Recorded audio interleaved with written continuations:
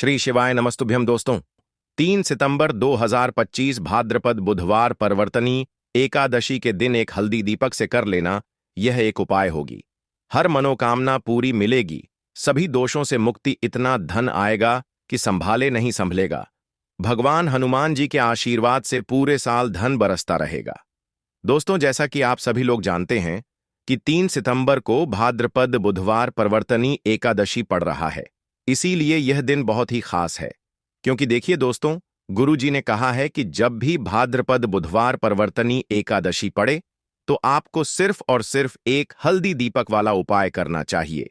यह उपाय इतना खास है कि अगर आपने सही मुहूर्त पर सही क्रिया अनुसार एक हल्दी दीपक वाला उपाय कर लिया, जो प्राचीन काल के समय का महा उपाय है, तो मान के चलिए दोस्तों, भगवान हनुमान जी के आशीर्वाद से आपके जीवन का कितना ही बड़ा दुख हो, उससे आपको मुक्ति मिल जाएगी।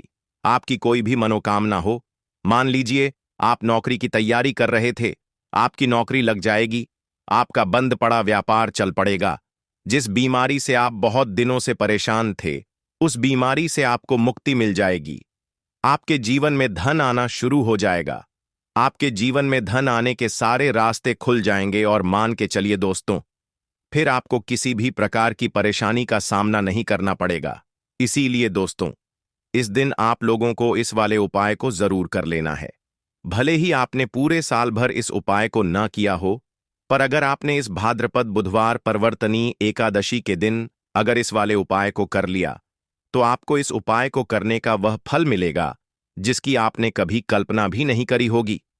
इसीलिए आप लोग इस एक हल्दी दीपक वाले उपाय को एक बार जरूर कर लेना, ताकि आप लोगों के हाथ से यह मौका ना जा सके और आपको इस उपाय को करने का फल मिल सके।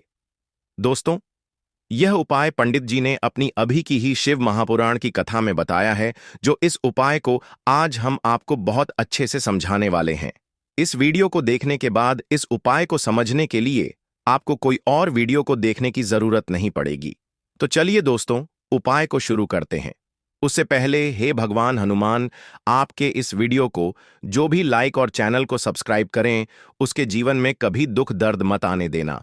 साथ ही साथ कमेंट बॉक्स में 5 ओम नमः शिवाय जरूर लिखें, ताकि भगवान हनुमान जी की कृपा आप सभी को प्राप्त हो सके।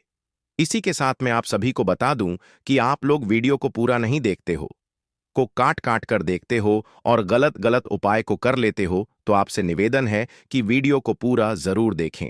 देखिए दोस्तों, यह भाद्रपद बुधवार परवर्तनी एकादशी का दिन यह इतना खास होता है, इतना महत्वपूर्ण होता है। देखा गया है कभी कभी बड़े बड़े पूजा पाठ अनुष्ठान से जो मनोकामना पूर्ण नहीं होते, वह भाद्रपद बुधवार परवर्तनी एकादशी के दिन एक छोटे से उपाय करने से ही आपकी मनोकामना पूर्ण हो जाती है। और बहुत सारे लोगों ने इस उपाय को किया भी है और उनको इस उपाय को करने का फल भी जरूर मिला है। अगर आप लोग भी इस उपाय को करना चाहते हैं, तो आप इस उपाय को पहले अच्छे से समझ लेना, सुन लेना, उसके बाद करना। आपको इस उपाय का फल जरूर मिलेगा और इस उपाय को कर लेने से आपके घर में चाहे किसी भी प्रकार की दुख और समस्या क्यों ना चल रही हो, आपको उसका कारण भी नहीं पता है कि भाई यह समस्या किस कारण से चल रही है। उसका कुछ भी कारण हो सकता है, जैसे पितृदोष हो सकता है या किसी भी तरह का मंगल दोष भी हो सकता है। तो इस दिन आप लोगों को यह वाला उपाय कर लेना है।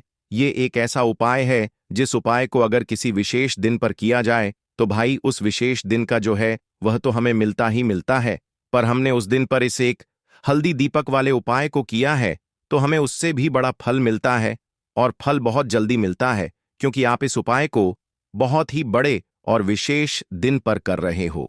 तो चलिए अब उपाय के बारे में बात करते हैं, लेकिन उससे पहले आप लोगों को यह जानना आवश्यक है कि आखिर यह उपाय किस समय करना है, किसको करना है और कैसे करना है।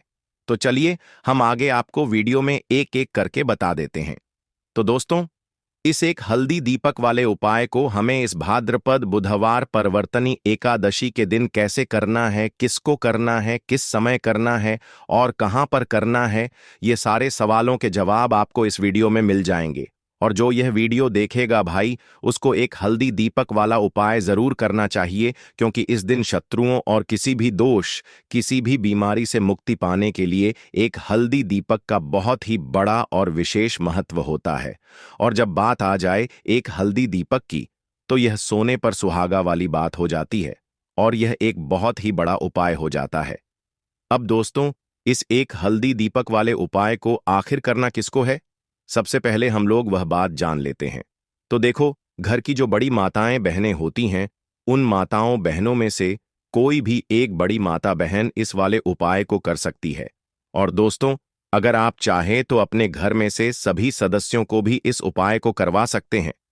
अगर किसी व्यक्ति की खुद की कोई मनोकामना है, खुद की कोई दुख और परेशानी है जो कि वह अपने लिए ही करना चाहता है, इस वाले उपाय को तो वह खुद अपने लिए भी कर सकता है। बाकी अगर कोई घर में से ऐसा है जो कि अपने पूरे घर परिवार की सुख और शांति के लिए यह वाला उपाय करना चाहता है, तो भाई वह भी कर सकता है। उसमें भी कोई दिक्कत वाली बात नहीं है। कहने का मतलब यह है कि इस उपाय को हर एक सदस्य भी कर सकता है, और पूरे घर परिवार के सदस्य के लिए घर की बड़ी माताओं बहनों में से कोई एक माता बहन भी कर सकती है। माताएं बहनें अगर घर में उपस्थित ना हो, या वह यह वाला उपाय ना कर पा रही हो, तो फिर घर का कोई बड़ा सदस्य भी इस एक हल्दी दीपक वाले उपाय को कर सकता है।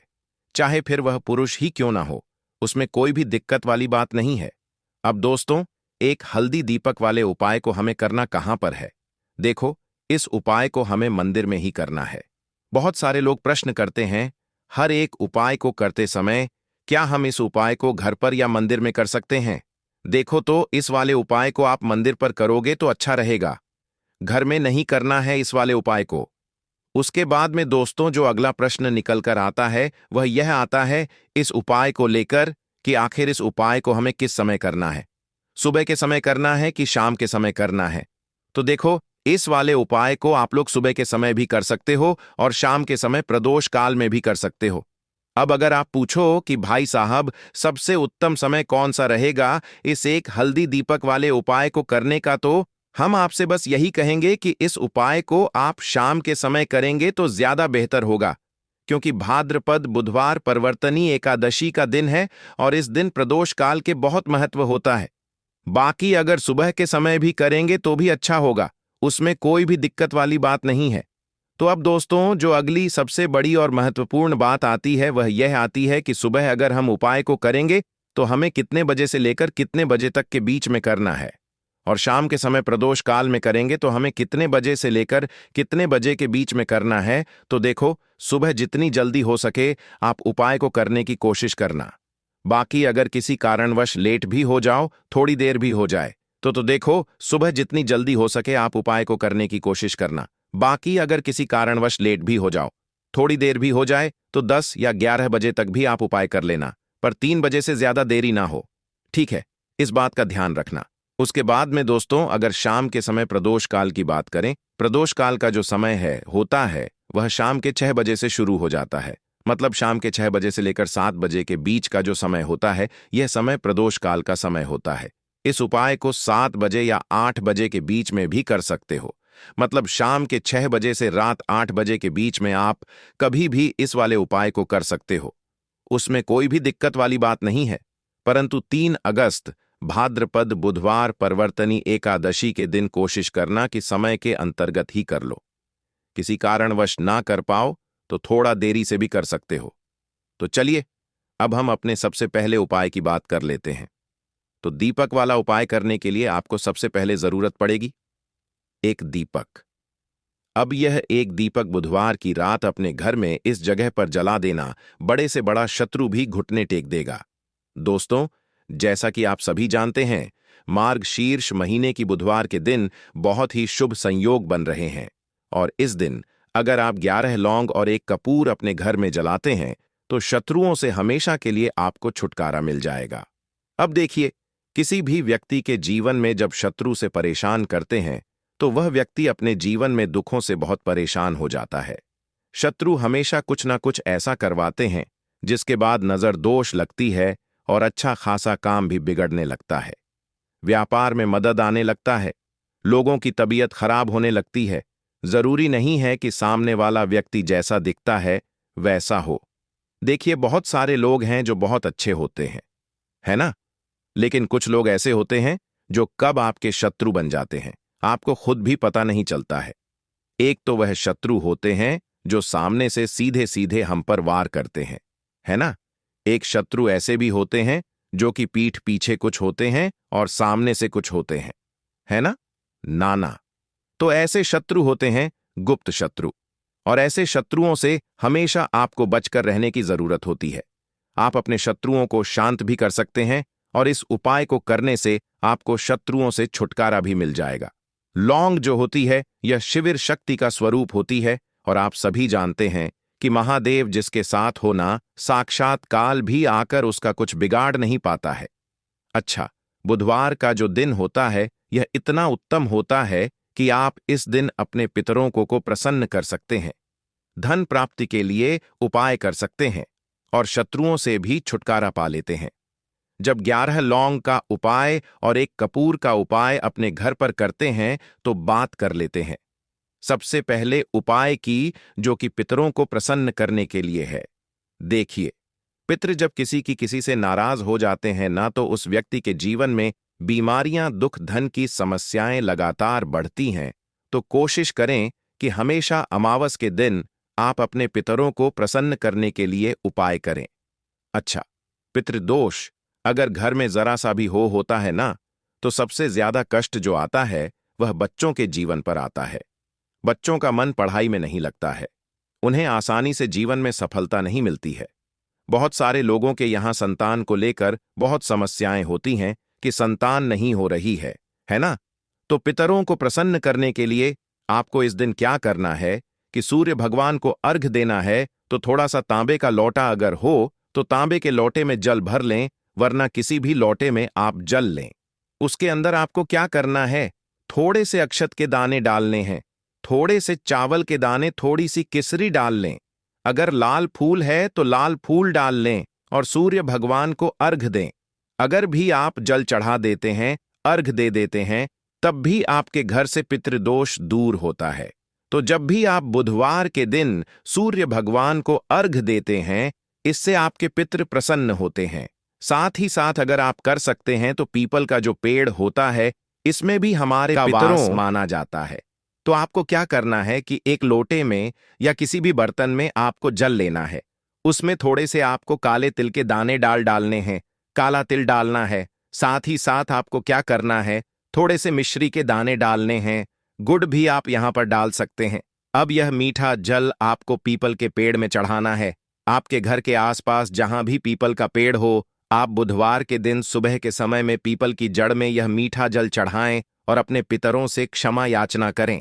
साथ ही साथ दीपक अगर आप लगा सकते हैं तो पीपल के पेड़ के नीचे आपको दीपक जरूर से बुधवार के दिन शाम के समय में लगाना चाहिए। पितरी आपके हमेशा प्रसन्न रहेंगे और कभी भी पितृदोष की वजह से घर में कोई दुख और कष्ट नहीं आएगा। तो बहुत ही उत्तम सा यह उपाय है जो कि पितरों को प्रसन्न करने के लिए है, और जीवन के दुख कष्ट जो हैं वह बहुत जल्दी दूर होते हैं जब आप हमेशा अपने पितरों को प्रसन्न रखते हैं। तो चलिए अब बात कर लेते हैं 11 लौंग और 1 कपूर घर में किस जगह पर जलाना है, और इस उपाय को करने से कैसे आप अपने शत्रुओं से छुटकारा पा सकते हैं। शत्रु कभी आपको परेशान नहीं करेंगे। शत्रु चाहे कैसे भी हो, सामने से कोई व्यक्ति शत्रु है या गुप्त शत्रु है, हर प्रकार के शत्रु जो है यह शांत हो जाएंगे और चाहकर भी आपका कुछ बिगाड़ नहीं पाएंगे। तो देखिए, उपाय को करने के लिए आपको 11 साबुत लौंग लेनी है। एक भी लौंग खंडित ना हो, टूटी हुई ना हो। एक छोटा सा कपूर का टुकड़ा लेना है, जिसे कि कपूर की टिकिया भी बोलते हैं। एक कोई भी यहां पर मिट्टी का दीपक ले लें या पीतल का बर्तन ले लें। उसके अंदर 11 लौंग रखेंगे, एक कपूर रखेंगे, थोड़ा सा देसी घी इसके ऊपर से आप डाल देंगे। अब यह आपको बुधवार के दिन रात के समय में, ठीक है ना, जब सूर्य अस्त हो जाता है, उसके बाद किसी भी समय आपको अपने घर में जलाना है और इसका धुआं पूरे घर में अच्छे से दिखाना है। जितने भी कमरे हैं, जितने भी रूमर्स हैं, बरामदा, आंगन, ठीक है ना, बालकनी, जो भी आपके घर में है, सभी जगह पर आपको इसका धुआं अच्छे से दिखाना है। और साथ ही साथ आपको महादेव का ध्यान जरूर करना है। देखिए, जब भी आप अपने घर में यह लौंग और कपूर बुधवार के दिन जलाते हैं, सबसे पहले तो शत्रुओं से छुटकारा मिल जाता है। कोई भी शत्रु कुछ भी करता है, वह आपके घर तक चीज नहीं पहुंचती है, आपका कुछ नहीं बिगड़ता है। दूसरी चीज कि जब भी लौंग और कपूर आप जलाएंगे, आपके घर पर कोई संकट नहीं आता है, आपके धन पर कोई संकट नहीं आता है, घर में कोई परेशानियां नहीं आती हैं और हमेशा आपके घर में सकारात्मक ऊर्जा बढ़ती है, पॉजिटिव एनर्जी बढ़ती है, जिसके बाद आपके घर में धन की देवी माता लक्ष्मी वास करती है। लौंग और कपूर जिस घर में कोई भी व्यक्ति जलाता है, विशेषकर बुधवार के दिन, तो ऐसा समझ लीजिए इसके बहुत चमत्कार हैं, बहुत ज्यादा लाभ है। तो कोशिश कर कि बुधवार के दिन रात के समय में किसी भी समय आप अपने घर में 11 लौंग और 1 कपूर जरूर जलाएं। शत्रु जो हैं वह घुटने टेक देंगे और आपका कुछ नहीं बिगाड़ पाएंगे। साथ ही साथ धन की वर्षा भी घर में होगी और धन से जुड़ी जितनी भी समस्याएं आपके जीवन में आ रही हैं, बहुत तेजी के साथ आपके जीवन से दूर होती चली जाएंगी। तो चलिए अब बात कर लेते हैं अपने तीसरे उपाय की, और तीसरा उपाय है धन वर्षा के लिए और धन को बढ़ाने के लिए। बहुत सारे लोगों की यह समस्या होती है कि पैसा बढ़ता नहीं है, पैसा तो आता है घर में लेकिन पैसा बढ़ता नहीं है। या कुछ लोग ऐसे भी हैं जो कहते हैं कि पैसा बढ़ेगा तो तब जब घर में पैसा आएगा, बिल्कुल से पैसा आना बंद हो रहा है, व्यापार दिन पर दिन खराब होता जा रहा है। नहीं समझ आ रहा, किसी ने कुछ करा दिया है या फिर घर में कुछ ऐसा है, वास्तु दोष है, नजर दोष है, जिसकी वजह से घर में तरक्की लोगों की नहीं हो रही है। ठीक है ना, बिल्कुल व्यापार धंधा सब बेकार होता चला जा रहा है, जो भी व्यापार कर रहे हैं उसमें लगातार घाटा हो रहा है। तो यह उपाय आप करिए बुधवार के दिन और फिर इसका चमत्कार खुद देखिए। चाहे व्यापारी हैं, आप कोई बिजनेसमैन हैं, दुकान है, आपकी हर प्रकार के काम में लाभ ही लाभ मिलता है। जब इस उपाय को आप करते हैं, आपको क्या करना है, 2 फूल वाली लौंग लेनी है, 1 लाल फूल लेना है, गुलाब का फूल भी आप यहां पर ले सकते हैं। उसी गुलाब के फूल में यह 2 फूल वाली लौंग रख देनी है। एक देसी घी का दीपक आपको जलाना है, लंबी बाती का। अब यह दोनों चीजें लेकर अपने घर के मंदिर में आपको बैठ जाना है शाम के समय में। बुधवार के दिन शाम के समय में जब सूर्य अस्त हो जाता है, सूर्य छिप जाता है, अब आपको सबसे पहले देसी घी का दीपक जला देना है, माता लक्ष्मी के सामने और भगवान विष्णु जी के सामने।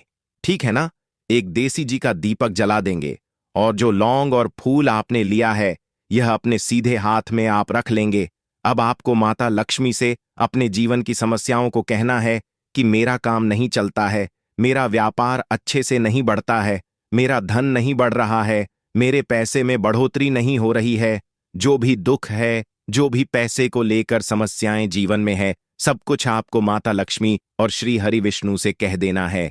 ठीक है ना, इसके बाद आपको मंत्र बोलना है 11 बार, ओम नमो भगवते वासुदेवाय नमः। 11 बार यह मंत्र बोल देंगे और फिर वह फूल आपको माता लक्ष्मी को अर्पित कर देना है, उनके सामने चढ़ा देना है।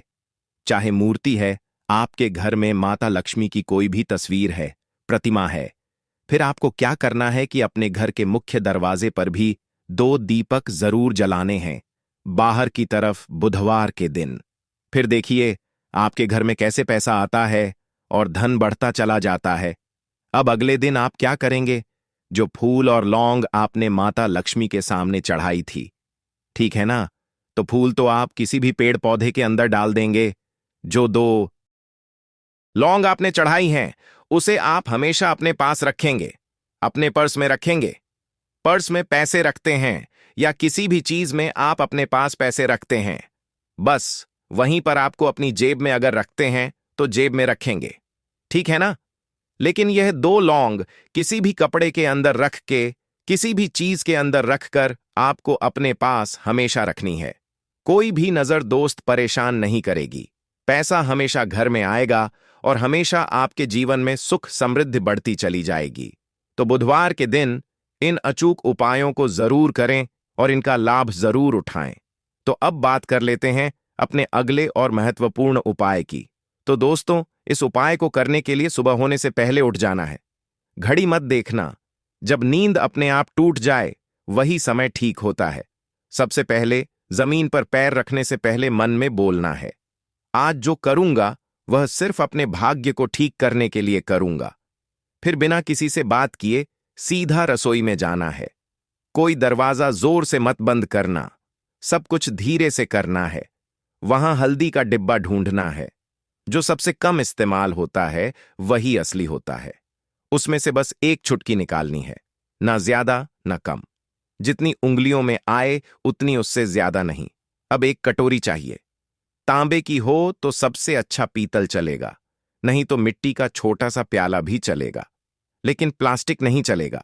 अब उस हल्दी को उस कटोरी में रखना है, बिना किसी मंत्र, बिना किसी सोच के। बस हल्दी डालते हुए इतना बोलना है, जो पीला है वह उजाला है। मेरे जीवन में अब यही उजाला चाहिए और कुछ नहीं।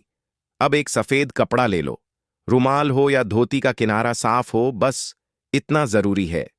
अब चुपचाप घर से बाहर निकल जाना है। किसी से पूछना नहीं, बताना नहीं। सीधे उस जगह जाना है जहां घास उगती हो। कोई मंदिर का पिछवाड़ा, कोई खाली मैदान, कोई तुलसी के पास की मिट्टी, कहीं भी जहां जमीन ने दूरवा को जन्म दिया हो। अब जमीन पर बैठना नहीं है, बस खड़े खड़े झुक कर देखना है और धीरे धीरे दूरवा तोड़नी है। पूरी की पूरी नहीं, बस ऊपर की 3 पत्तियों वाली शाखा, एक नहीं, 2 नहीं, पूरे 21 तोड़नी है। लेकिन हर बार जब तोड़ो तब मन में एक बात बोलनी है, हे गणपति मेरी अटकी हुई किस्मत को काट दो। हर बार यही 21 बार। अब वह दूरवा रुमाल में लपेट लो और घर लौट आओ। अब जहां सबसे ज्यादा शांति हो वहां बैठो। मंदिर हो तो ठीक, नहीं तो दीवार का वह कोना जहां बचपन में बैठते थे वहां बैठ जाना है। अब कटोरी को अपने सामने रख देना है, दूरवा खोलनी है और एक एक करके सारी दूरवा उस हल्दी में डालनी है और हर बार मन में बोलना है, जो रुकावट है वह अब नहीं रहेगी। फिर उसी कटोरी को अपने दोनों हाथों से उठाना है, आंखें बंद करनी है और एक लंबी सांस लेकर उसे माथे से लगाना है। फिर बिना कुछ बोले, बिना कुछ मांगे, बस 5 मिनट तक मौन बैठना है। वह मौन ही सबसे बड़ी प्रार्थना है। अब उसी कटोरी में थोड़ा सा शुद्ध जल डालना है। अगर गंगा जल हो तो बहुत अच्छा, नहीं है तो भी चलेगा। पानी से हल्दी और दूरवा भीग जाए, बस उतना। अब कटोरी को सिर के ऊपर से 3 बार घुमाना है, पहले दाएं से, फिर बाएं से, फिर एक बार और दाएं से, जैसे कोई अंधेरे का घेरा काट रहा हो।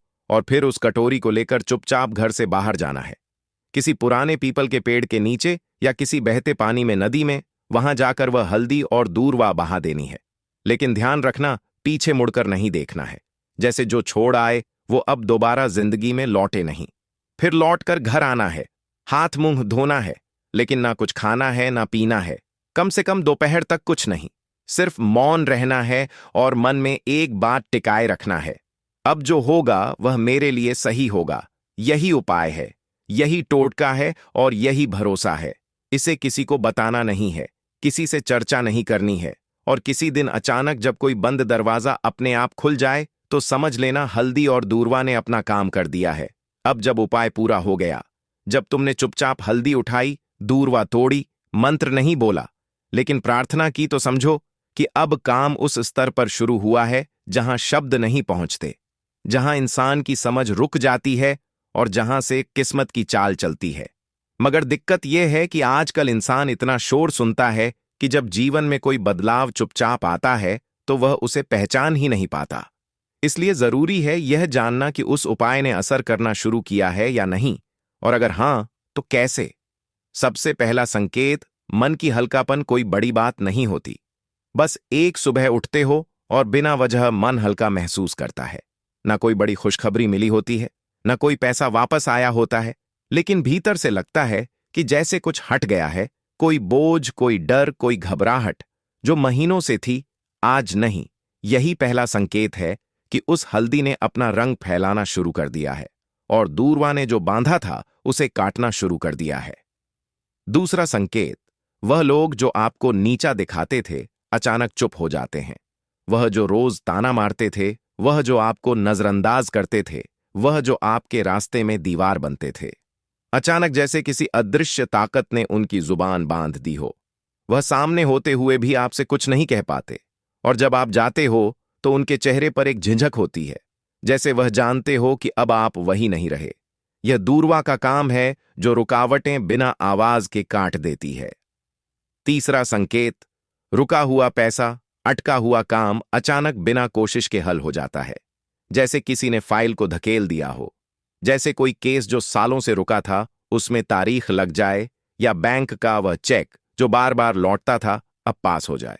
आप खुद सोचोगे मैंने तो कुछ नहीं किया, फिर यह कैसे हो गया, और वहीं आपको याद आएगा